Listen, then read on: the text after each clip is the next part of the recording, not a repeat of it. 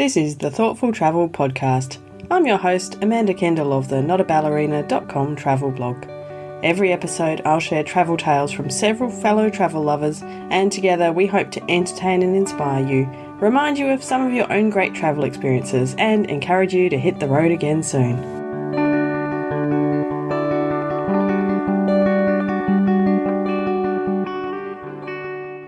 Hello and welcome to episode 300 of the Thoughtful Travel Podcast.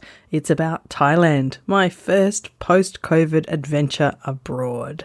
Let me first pay my respects to the Whadjuk people of the Noongar Nation, where I'm recording this podcast today.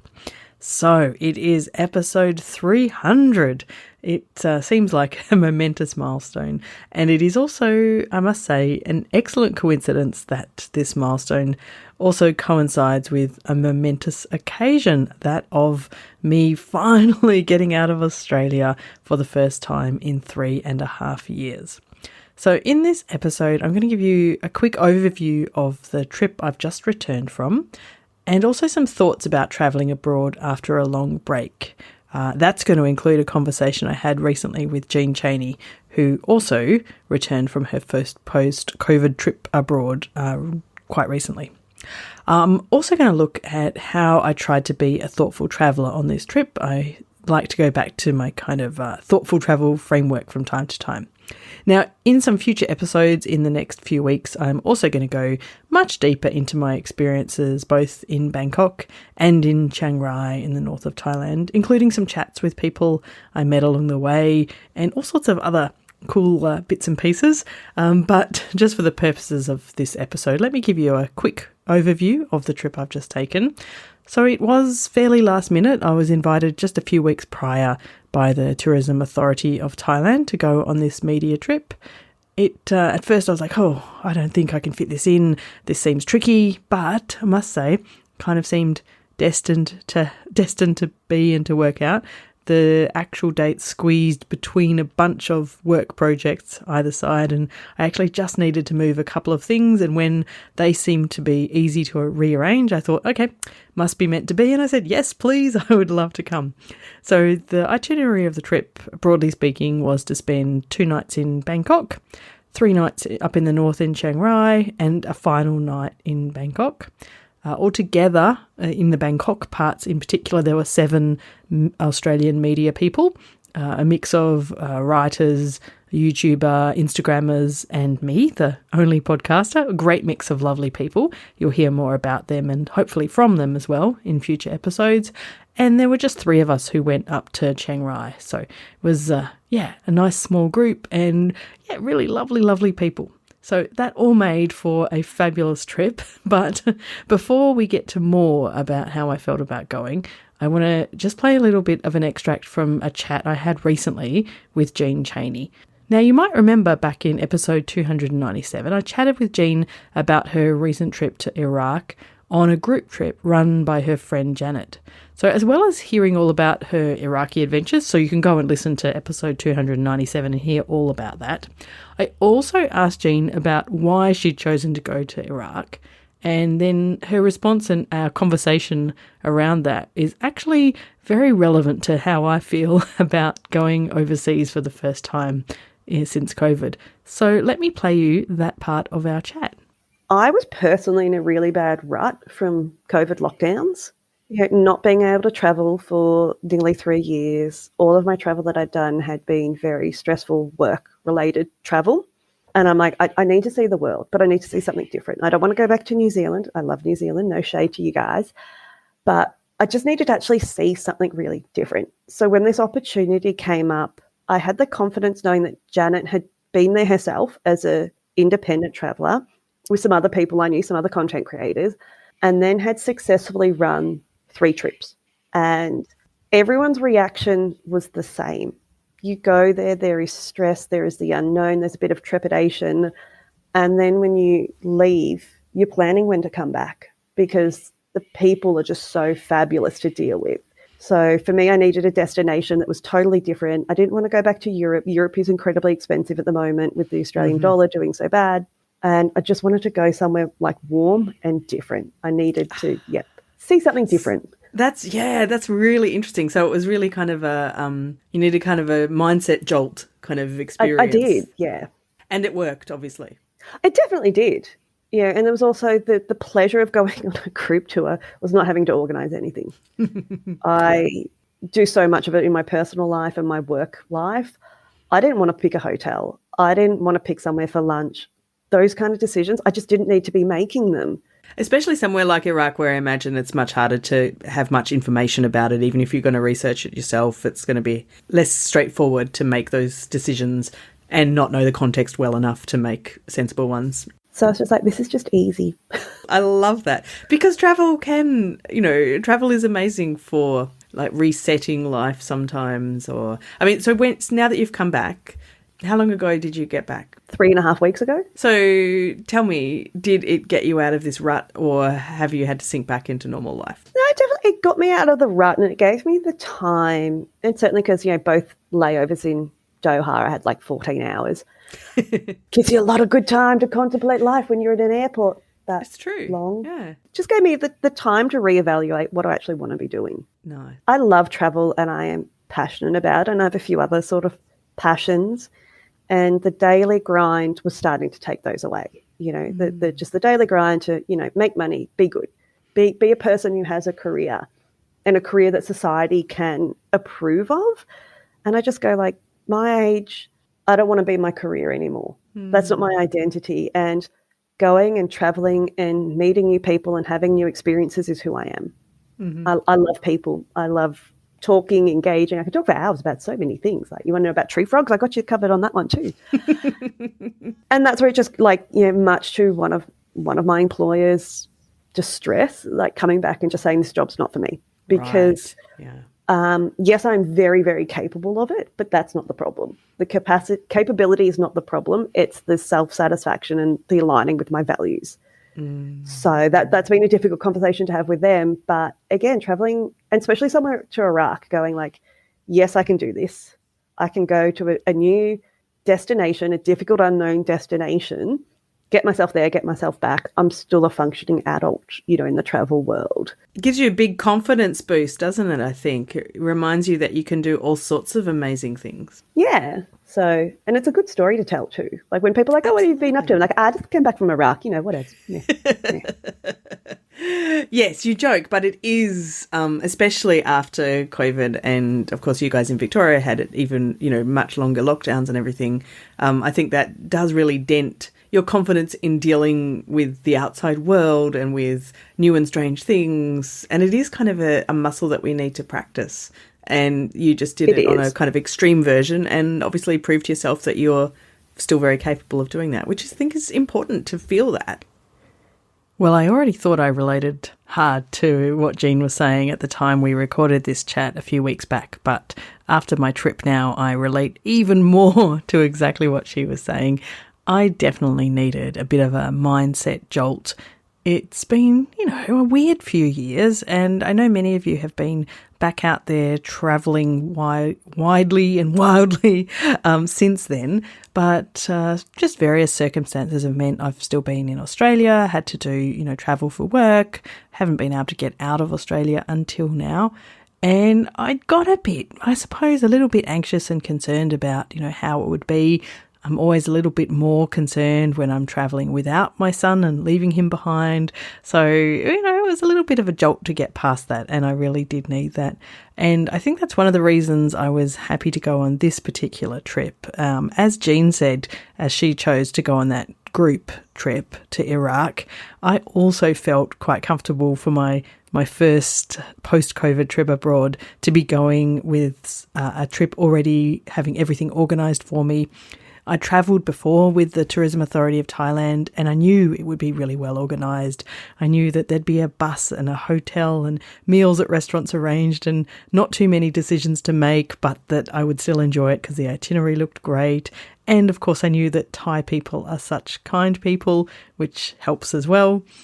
And on a media trip, I must say this bit always makes me a bit uncomfortable, but You are also always treated extremely well, often get to skip queues and have special access. And if anything goes wrong, there are staff right there who are really trying to make sure you still have a good experience. So all of those kind of factors made me feel considerably less anxious about getting back out there. And I know I'm super lucky to be able to have such an opportunity. It was also interesting to notice that the couple of things have changed, especially technology-wise, since I've last travelled abroad. And it's made things a little bit simpler and a bit more comfortable as well, I suppose. There's pros and cons to this, but in my for this particular trip, it was fabulous. So, for example, for the first time, I used eSIM cards, so I could easily have really affordable mobile phone access everywhere. I had used that in Thailand, and I also actually spent a half day in Singapore on the way back and used an eSIM card in Singapore as well. It was super fabulous for things like, easy tap and go with the phone for payments, using like my multi-currency account, which is also so much more common these days. All of that makes travel just a bit more pleasant and less friction, I suppose. And as an example, I was wandering through Singapore and I happened to pass, I was not lost, but I was just wandering without a particular aim. I had, kind of a half day to spare before getting back to my flight back to Perth. And I happened to wander past a hotel with the Tottenham Hotspur's team bus outside. They had played, they're a football team, soccer team, in case you're not sure. And but I knew them very well because they had played in Perth the weekend before I came to Thailand, and I had seen them with my son, so that was a bit exciting. And so their bus was there, people getting in, and a crowd of Singaporean fans and others waited to look there. So anyway, point being, I could use my phone and my eSIM card and all of this. I could quickly send a video to my son who was already home from school, and he could say, "Oh, wow, that's amazing. Great brownie points for me as a mum to spot such a thing." And I don't know, I felt, more connected than usual. I must say the only thing I really need to have improved in this tech part is battery life. And the funny part is I had carefully charged and packed my mobile battery pack, extra phone charger. But when I arrived and tried to use it, I realised that I had packed an external hard drive instead. It was small and black and had a cable dangling off it, and it looked very similar. Anyway, it all worked out fine, but it was actually a little bit worrying, thinking, you need your phone for so many things these days. Like in Singapore, it was my, way to get on and off the train, to pay through the turnstiles, my boarding passes, and, to check in and stuff, all on my phone. So if you can give me way better battery life, that would be great. Also, next time I'll make sure I take my actual external charger, not external hard drive. Anyway, so that was kind of interesting stuff to think about. I wanted to also go back to my framework for being a thoughtful traveller. And if you're familiar with me raving on about this in the past, you'll know I try and divide this into things we do before, during, and after a trip. So this is my kind of analysis. Was I a thoughtful traveller for this Thailand trip? Well, let's start with the before. So things I did do some reading, first of all, to make sure that this itinerary would suit my thoughtful travel approach. And in fact, it was practically perfect for it. It's perhaps why I was invited. So it was ideal. And I did a bit of research about those main activities that we were taking part in. New things I wanted to find out, and so on. I also, now this is where I had the right intentions, but ultimately failed. I downloaded 2 apps to learn some more Thai language, because all I can say is hello, sawadee ka, and thank you, kop kun ka. That's it. And I have not progressed beyond that. This is my 4th trip to Thailand, so I felt a bit, I should do better than that. So I downloaded these apps, but did I use them? Not really. I opened them once or twice, but to be fair, I didn't have much time at all between learning about the trip and going, and it was a really busy time. So that is something to work on for next time. I also didn't really have the time or chance to immerse myself in some more cultural stuff. I always love to get into like TV or movies or books written by people from the destination or about the destination. Love to do that. Didn't do that, but next time. Now, the during part of the trip, so I guess I tried to be super mindful about what I was experiencing. I always take lots of notes. I asked lots and lots of questions. And above all, I tried to really find out more about the daily lives of the people I met. So not just, the facts and figures of a temple or a historical site or whatever, but really getting to know, how life is the same and different in Thailand. This was actually especially easy because we got to travel with Thai people throughout. So whether that's the Tourism Authority staff who are travelling with us or our fabulous guides in Bangkok and Chiang Rai.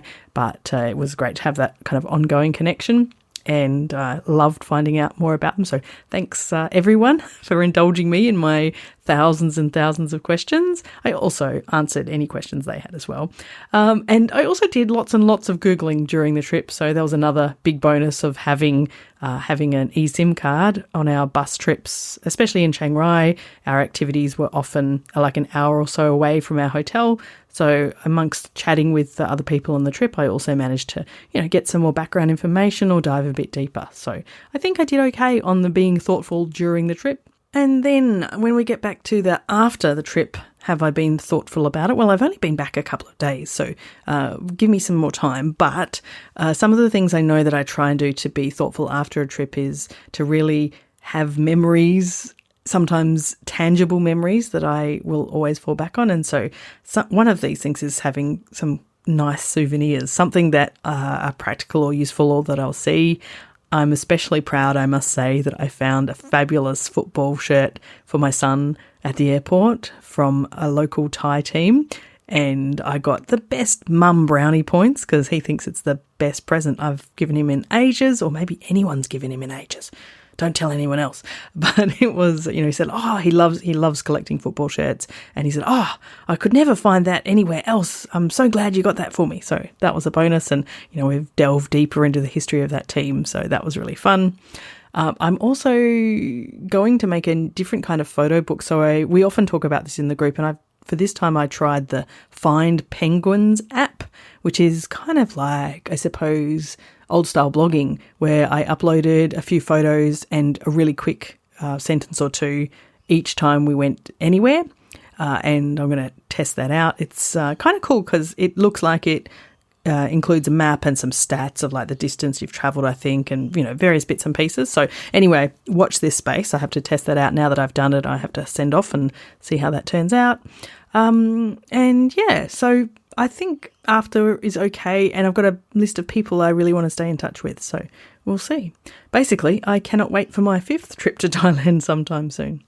Now, the only other thing I guess I wanted to reflect on is, like Jean said, a mindset kind of psychological reset is often the consequence of a trip abroad. And I do feel, I don't know what the best way to describe it is, but psychologically refreshed, perhaps. I have kind of a renewed vigour for life. I've come home to lots of work ahead of me before my next trip. But I do feel more energetic, and I do feel really excited again about lots of parts of life. And I was going to say a renewed vigour to keep travelling, but I don't think it needed to be renewed. I've never really lost that. Anyway, to round out this episode, I just wanted to share part of a chat I had with our fabulous Bangkok guide, Suri, and we recorded this chat in a little cafe at the bottom of the Portuguese Museum in Bangkok, and I asked her to give me some tips on how people can be thoughtful travellers in Thailand. Enjoy. Just enjoy it. Go along with the flow. Like I have seen a lot of travelers coming in here and they want Thailand to be like what's happening in their hometown. Then they won't enjoy it. That way they will find everything is so irritating, because we have traffic jam, the way people running their life is too slow, like that they don't like, and things like that, so they won't enjoy it.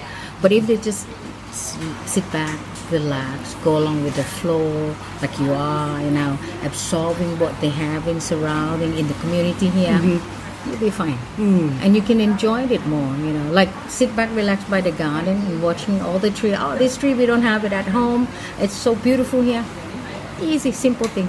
Yeah. So observing and paying attention to what's around you and just going with the flow. I think that's good advice for life in general. But in fact, all of these, once in a year, I mean, every life is the same. Every country have the same problem. Earn the living. So annoying. Or family problem. Everyone have the same. Okay, it's just how you're going to put up with it, how you look at it. If you look at it carefully, okay, just like let it go. We just when the problem for us to solve, it's not too cranky about it or to think the end of the world. No, problem come. What should we do? Left, right. Plan 1, plan 2, plan A, plan B, like that, And if it, didn't go along, we have another one. Not the end of the world. Yeah. That's for me. Yeah. That's for me, the but way I think that's life. Also pretty common in Thai people in general, right? Yeah. Not everybody, but in general I think mostly we tend to take it easy. Yeah. It's very sensible. Perhaps this is one of the reasons I love coming to Thailand. So. Thank you. Very good advice from Suri, I think, and you'll hear some more from her in my Bangkok episode coming up shortly. So, thank you very much for listening to episode 300 of the Thoughtful Travel podcast. I hope you have had your appetite whet to hear some more about my Thailand experiences. In the links, I'll leave a link to the official site of Thailand Tourism, amazingthailand.com.au. That's the Australian version in any case. Lots of interesting things to explore there. As of course, thank you to Tourism Authority of Thailand for hosting me. As my usual disclosure part, of course, although I was hosted, all of the stuff I'm saying is completely my opinion and all true. In the show notes, I'm also going to leave a link to my post about how to be a thoughtful traveller, in case you're interested in hearing or reading more about my kind of framework for that. I'll also leave a link to episode 297 if you want to hear more from Jean Chaney about her trip to Iraq, and also to Jean's website herself, Honeybird Travel. Thank you very much for listening. Don't forget to join our Facebook group or LinkedIn group, or come along and visit them if you've already joined. The links are in the show notes, or just search for Thoughtful Travellers in each of those platforms. And of course, the show notes for this episode will be at notaballerina.com/300. Thanks again for listening.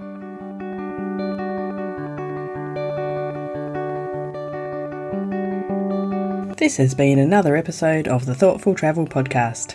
Show notes and other information are at notaballerina.com/podcast.